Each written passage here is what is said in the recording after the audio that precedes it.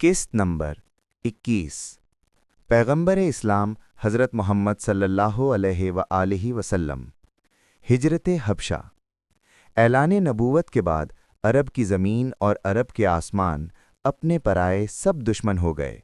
इन दुश्मनों में अबू सुफियान, अबू लहब और अबू जहल नुमायाँ थे।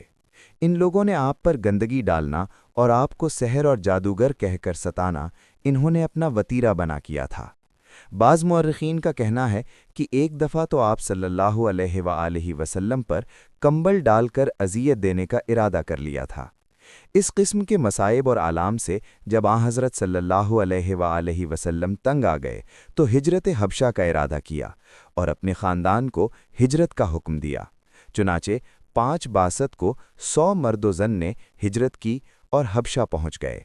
हब्श का बादशाह निजाशी था जो नस्तूरी ईसाई फ़िरक़े से था।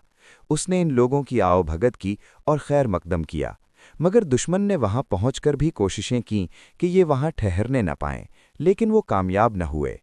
मुअर्रिखीन का बयान है कि इस हिजरत में जाफ़र तैयार भी थे और सरपरस्त की हैसियत रखते थे।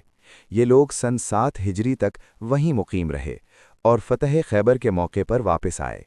इनकी वापसी पर रसूल करीम सल्लल्लाहु अलैहि वालैहि वसल्लम ने फरमाया कि मैं हैरान हूँ कि 2 खुशियों में से किसको तरजीह दूँ, जाफ़र तैयार की वापसी की या आया फ़तह खैबर की खुशी को।